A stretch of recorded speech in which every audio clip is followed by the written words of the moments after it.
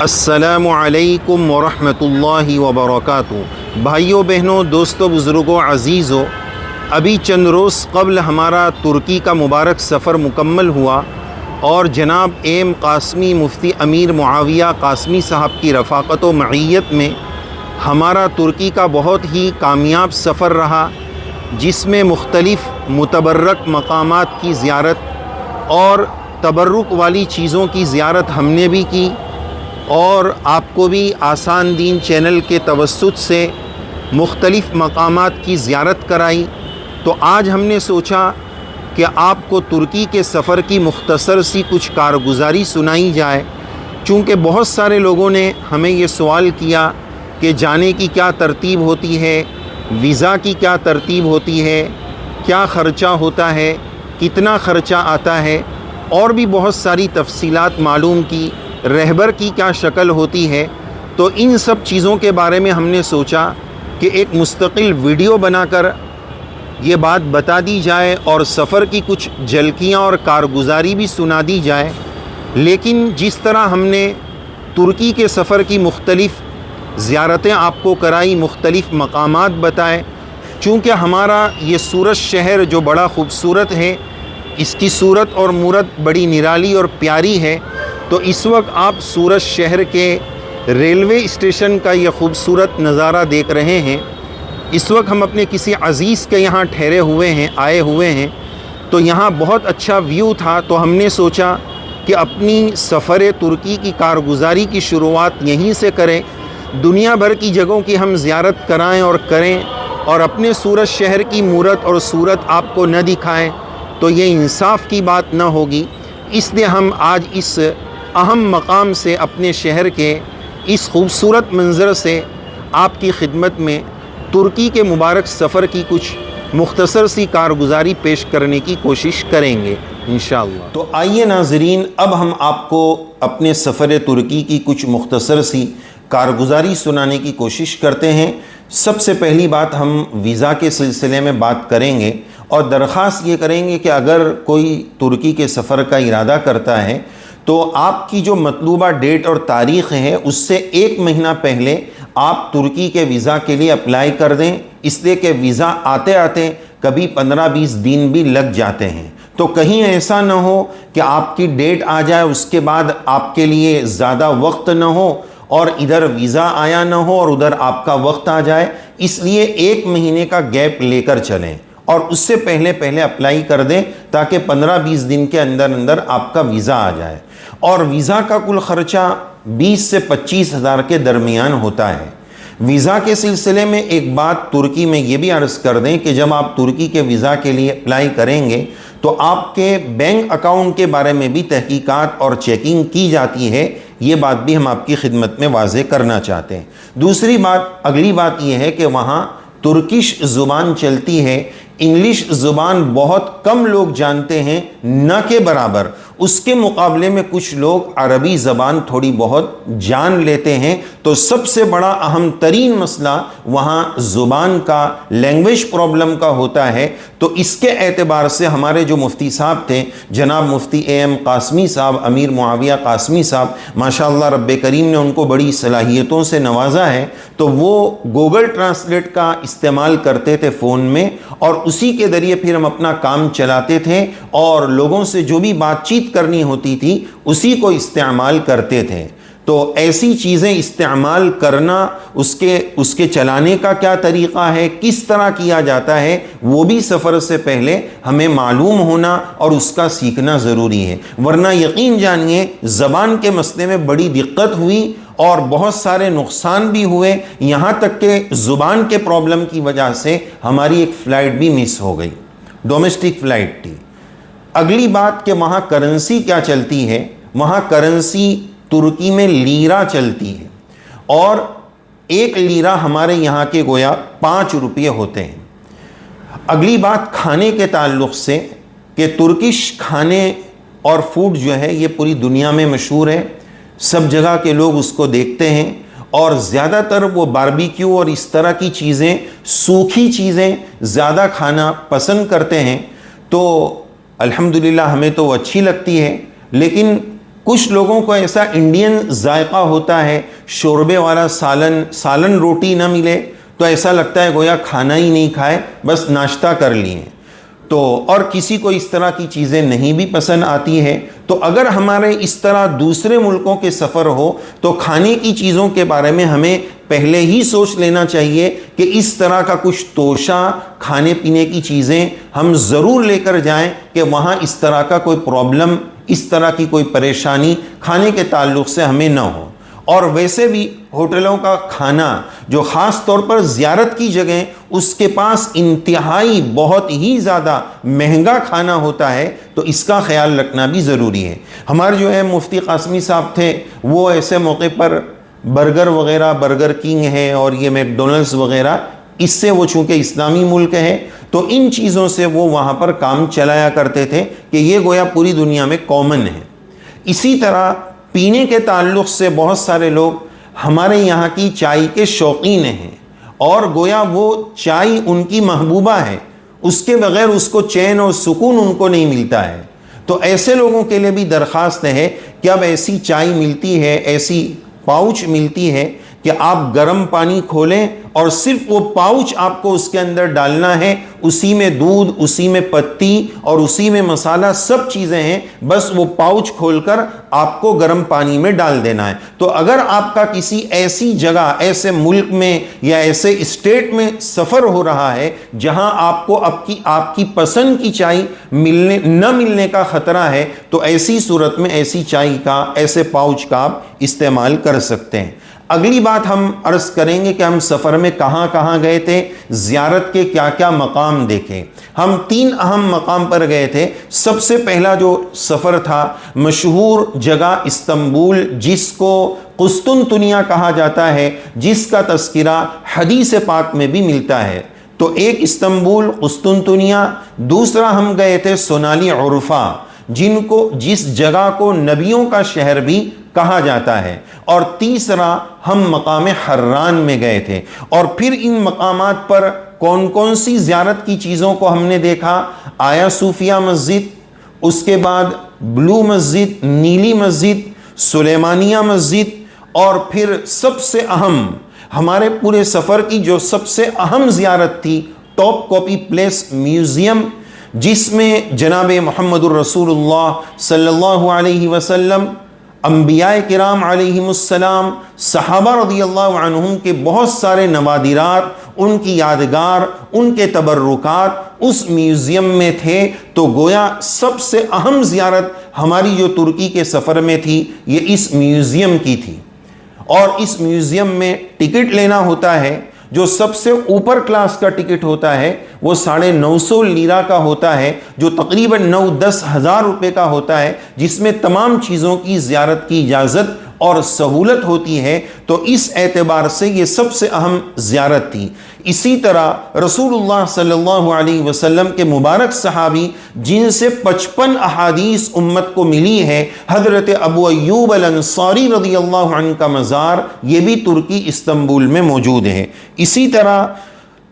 جناب طیب رجب اردوگان صاحب نے اسکودار نامی ایریے میں ایک مسجد بنوائی ہے، جو اس وقت کی ترکی کی سب سے بڑی مسجد ہے، چاملیجا مسجد کے نام سے. اس کی زیارت کرنے کا بھی ہمیں شرف ملا. اسی طرح استنبول میں حضرت یوشع علیہ السلام، جو حضرت موسیٰ علیہ السلام کے ساتھی، معاون اور مددگار ہے، اللہ کے نبی ہے، ان کے مزار کی زیارت کا بھی ہمیں موقع ملا. اسی طرح اور دوسرے مقام پر جو سونالی عرفہ ہم گئے، وہاں پر حضرت ابراہیم علیہ السلام کی ولادت کی جگہ، حضرت ایوب علیہ السلام نے اپنی بیماری کے 18 سال جس جگہ گزارے، ارکض برجلک والی جگہ، جہاں حضرت ایوب علیہ السلام کو اللہ کا حکم آیا کہ اس جگہ اپنا پاؤں ماریے اور جو پانی نکلے گا اس پانی سے آپ غسل بھی کیجئے اور اس پانی کو پینا بھی ہے. الحمدللہ ہمیں اس جگہ جانے کا شرف بھی ملا، اور جب وہاں پہنچتے ہیں تو یہ پانی، بابرکت پانی جس کو ماء الشفا کہا جاتا ہے، یہ ہمیں وہاں پینے، استعمال کرنے کے لیے ملتا ہے. لیکن اپنے ملک لے کر آنا، اس کے لیے اس میں تھوڑی دشواری ہے.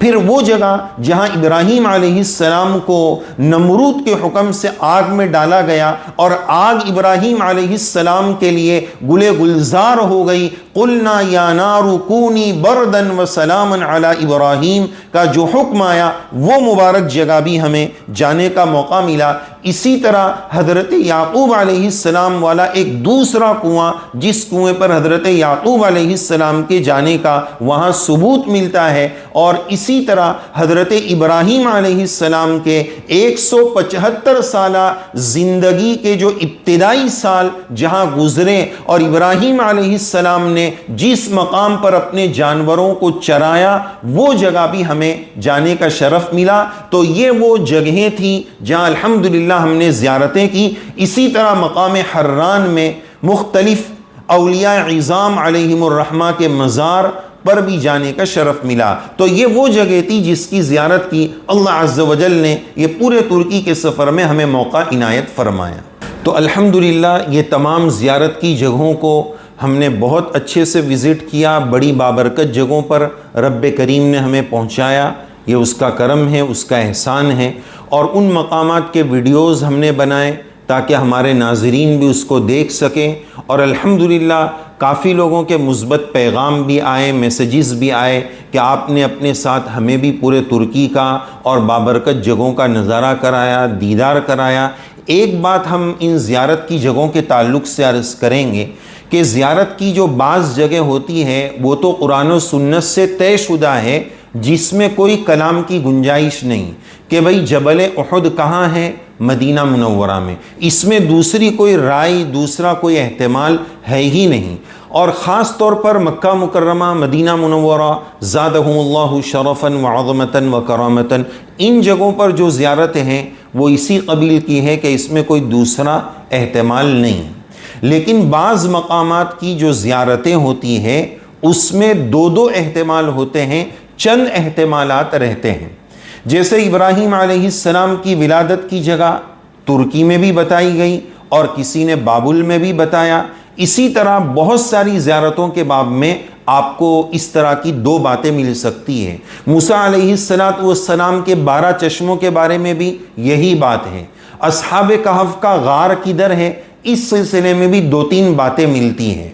تو ہم یہ وضاحت کرنا چاہیں گے کہ جتنی زیارت کی ویڈیوز ہیں اس میں ہم نے زیارتوں کے تعلق سے آپ کی خدمت میں جو بھی تعارف پیش کیا ہے، آپ یاد رکھیے گا وہ یا تو ہم نے کسی تاریخ کی کتاب میں، کسی سفر نامے میں، یا وہاں پر اس مقام پر جو بورڈز اور جو ہدایات لکھی ہوئی ہے، جو تعارف لکھا ہوا تھا، اس کی روشنی میں ہم نے آپ کو بتایا، یا ہمارے ساتھ کسی مقام پر کوئی رہبر تھے انہوں نے ہمیں بتایا تو اس کی روشنی میں ہم آپ کو بتا رہے ہیں۔ اور یہ دعویٰ نہیں ہے کہ 100% جو تعارف کرائے وہی چیز ہے، اسی لیے ہم نے ہر جگہ پر احتیاط والا جملہ بولا ہے کہ یہ جگہ حضرت یوشع علیہ السلام کی طرف منسوب ہے، یہ جگہ حضرت ایوب انصاری رضی اللہ عنہ کی طرف اس کی نسبت ہے۔ اس طرح کی ہم نے بات کی ہے۔ اچھا، ترکی جو لوگ جاتے ہیں اس میں 2 قسم کے لوگ ہوتے ہیں۔ ایک تو جو صرف سیر و تفریح اور گھومنے کے لیے گئے۔ ہماری ترجیح اور پرائرٹی یہ تھی کہ ہمیں پیغمبروں کی جگہ، پیغمبروں کے تبرکات، رسول اللہ صلی اللہ علیہ وسلم یا صحابہ رضی اللہ عنہم کے جو تبرکات، نوادرات اور ان کی جو مبارک چیزیں ہیں، ہماری زیارت سب سے پہلی ہماری وہی ترجیح تھی۔ تو اسی اعتبار سے ہم نے جگہوں کا انتخاب کیا۔ بہت سارے لوگ جو صرف تفریح کے لیے جاتے ہیں وہ استنبول گئے، پھر کیپیڈوسیا چلے گئے، اس طرح کی جو گھومنے گھامنے کی چیزیں ہیں ان جگہوں پر جاتے ہیں۔ لیکن ہم نے جن جگہوں کی زیارت کی وہ جگہیں انبیاء کرام علیہم السلام یا صحابہ رضی اللہ عنہم کی طرف ان کی نسبت تھی۔ اب ایک بہت اہم سوال جو بہت سارے لوگ کرتے ہیں ایسے موقع پر کہ آپ اپنی سفر کی کارگزاری تو سنا رہے ہیں، لیکن ایک پرسنل بات، پرائیویٹ بات یہ بھی بتائیں کہ اس سفر کا خرچہ کتنا ہوتا ہے۔ تو ہم اس سلسلے میں پہلی بات یہی عرض کریں گے کہ کسی بھی جگہ کا کوئی متعین خرچہ بتانا بہت مشکل ہے۔ ایک عام سا جملہ ہے، مشہور سا جملہ ہے کہ بھائی جتنا گڑ ڈالیں گے اتنی مٹھاس ہوگی۔ تو جتنا پیسہ خرچ کر سکتے ہیں اتنی سہولتیں بڑھ جائے گی۔ تو اسی طرح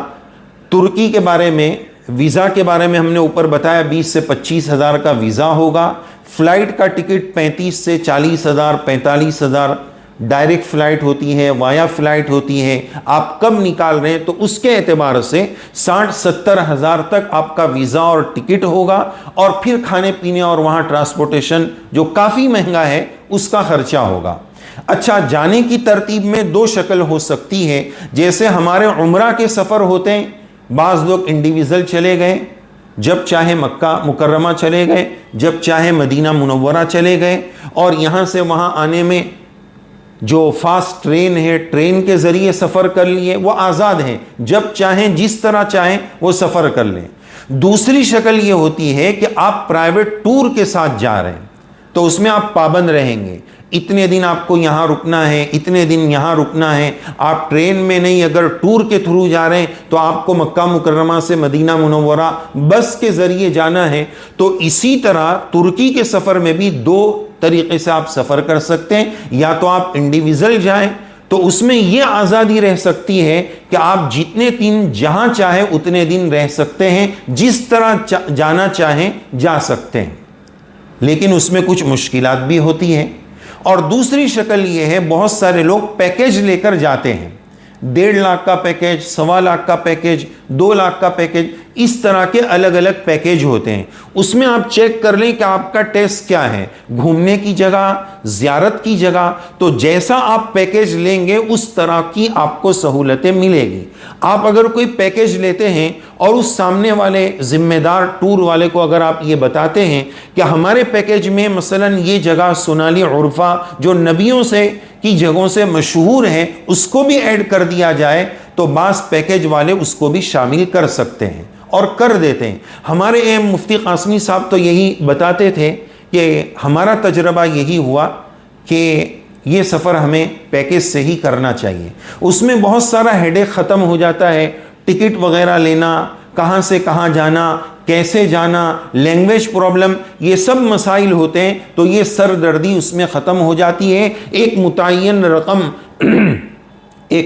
رقم ہم نے دی اور ہمارا کام مکمل ہو گیا، لیکن بہرحال اس میں پابندی رہے گی، سب ساتھیوں کی رعایت کرنا، اس کے اعتبار سے دن گزارنا، پھر جتنے دن کا وہاں قیام ہے اس کے بعد وہاں سے چلے جانا۔ کبھی ایسا ہوتا ہے کسی جگہ ہمیں زیادہ رہنے کا من کر رہا ہے، وہاں زیادہ اچھا لگ رہا ہے، دوسری جگہ صرف جھولے ہیں، اس طرح کی چیزیں ہیں، وہاں ہمیں نہیں جانا ہے، تو یہ سب سہولتیں انڈیویژل میں آپ اس کا فائدہ زیادہ اٹھا سکتے ہیں۔ تو بہرحال اپنی جیسی پسند، اپنا جیسا ٹیسٹ اور ذوق، اس کے اعتبار سے آپ سفر کا طریقہ استعمال کر سکتے ہیں، لیکن نارمل یہی مشورہ دیا جا سکتا ہے کہ پیکیج لے کر جائیں، اور پیکیج میں بھی اگر اپنے ہم خیال لوگ، ہم ذوق لوگ، جیسے علماء کی ٹیم جا رہی ہے تو ایسے 10-12 علماء، 10-15 علماء کی ٹیم بن جائے تاکہ وہ ہم ذوق ہو۔ تو مثلا اگر ایسے لوگ ہو گئے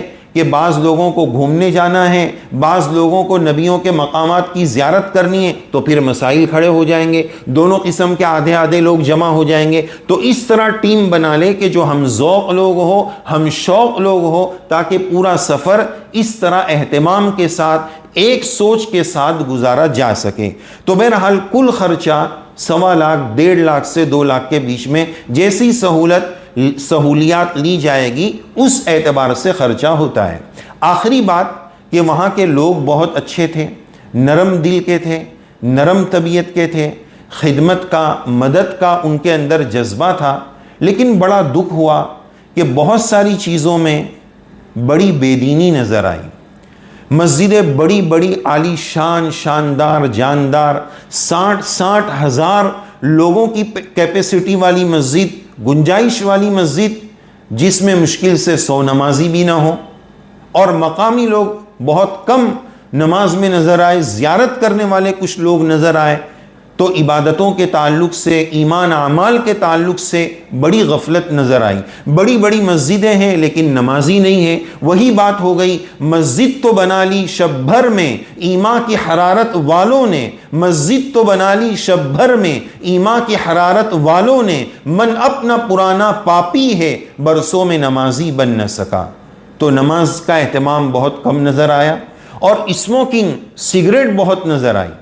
ہم ایک جگہ 20 گھنٹے کا بس کا سفر کر کے گئے تو کافی جگہ راستے میں اترنے کا موقع ملا۔ ہم اپنے مقام پر اگر کسی خاتون پر نظر پڑ جائے کہ وہ سگریٹ پی رہی ہے تو بڑا عجیب سا محسوس ہوتا ہے نا۔ وہاں ہم نے دیکھا کہ 70 سال کی بوڑھی عورتیں، مرد نہیں، بوڑھی عورتیں اسموکنگ کر رہی ہیں۔ یعنی بس میں سے جتنے لوگ اترے، آپ یقین جانیے 90% لوگ سگریٹ میں اترتے ہی لگ جاتے تھے، اور دکانوں پر بھی بڑا بڑا اسٹاک اس طرح سگریٹ کا ہوتا تھا۔ اور ایمان کے تعلق سے بھی بڑی کمزوری ہم نے محسوس کی۔ یہ جو آپ ٹوپی دیکھ رہے ہیں، یہ اسی نسبت پر آج ہم نے پہن لی ہے کہ یہ وہیں ترکی سے لی گئی ہے، یہ ترکی کی یادگار ہے۔ اگر ہمیں بعض لوگ اس پہناوے میں دیکھ لیتے تھے تو پوچھتے تھے کہ آپ کس مذہب کے لوگ ہیں، آپ ان کی دینداری کا، اسلام اور ایمان سے ٹچ کا اندازہ لگائیں کہ مفتی صاحب اور ہم جب باہر نکلتے تھے تو بہت سارے لوگ ہمارے اس پہناوے کو، ہماری سنت کو، اس وضاقتہ کو دیکھ کر پوچھتے تھے کہ آپ کس مذہب کو فالو کرتے ہیں۔ اب آپ اندازہ لگائیں کون پوچھ رہا ہے؟ مسلمان کو پوچھ رہا ہے۔ ہم کچھ سفر نامے پڑھ کر گئے تھے تو حضرت مفتی محمود صاحب باڈوری دامت برکاتہم نے بھی اپنا سفر نامہ لکھا ہے ترکی کا۔ اس میں انہوں نے یہ بات لکھی ہے کہ ان کو بھی اسی طرح کا سوال کیا گیا تھا، اور اس سفر میں حضرت اقدس مفتی خانپوری صاحب دامت برکاتہم بھی تھے۔ حضرت نے بھی جب یہ سوال سنا تو مفتی صاحب نے یہ فرمایا، حضرت نے یہ فرمایا ان سے پوچھو کہ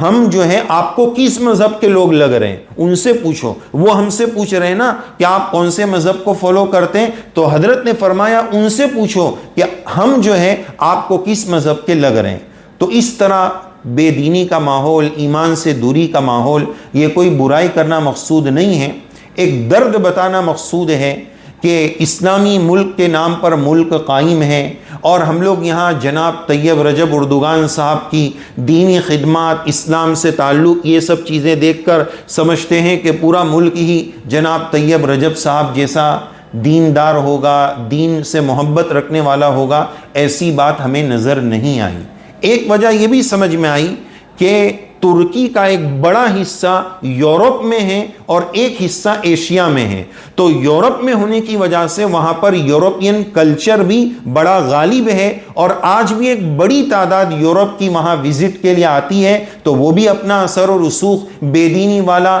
بے حیائی والا، ننگے پن والا وہاں چھوڑ کر جاتے ہیں، تو اس کے اثرات بھی ہیں۔ تو یہ باتوں کے سنانے کا مقصود یہ ہے کہ اللہ تعالیٰ سے دعا کی جائے کہ اللہ تعالیٰ ہر جگہ جہاں اسلامی ملک کے نام پر ملک بنا ہوا ہے وہاں اللہ تعالیٰ مکمل اسلام کو نافذ فرمائے، ایمان اور اعمال کی بہاریں جاری فرمائے۔ ادخلوا فی السلم کافہ، آدھا تیتر آدھا بٹیر نہ ہو، پورے ہم ایمان میں داخل ہو جائیں اور ہر جگہ کے لوگ صحیح شریعت پر عمل کرنے والے بن جائیں۔ اس دعا کا ہم اہتمام کریں، رب کریم ہر جگہ ایمان، اسلام اور اعمال کی بہاریں زندہ فرما دیں، اور اسی ارادے سے ہم ایسے مقامات کا سفر کریں کہ وہاں کچھ دعوت بھی دیں گے، ایمان اعمال کی دعوت بھی دیں گے، اور اس کے ساتھ ساتھ ان مبارک جگہوں کی زیارت بھی کریں گے تاکہ وہ برکت ہمیں مل سکے اور کچھ مقام کی عبرت ہمیں مل سکے۔ رب کریم ہمارے اس سفر کو بے انتہا قبول فرمائے،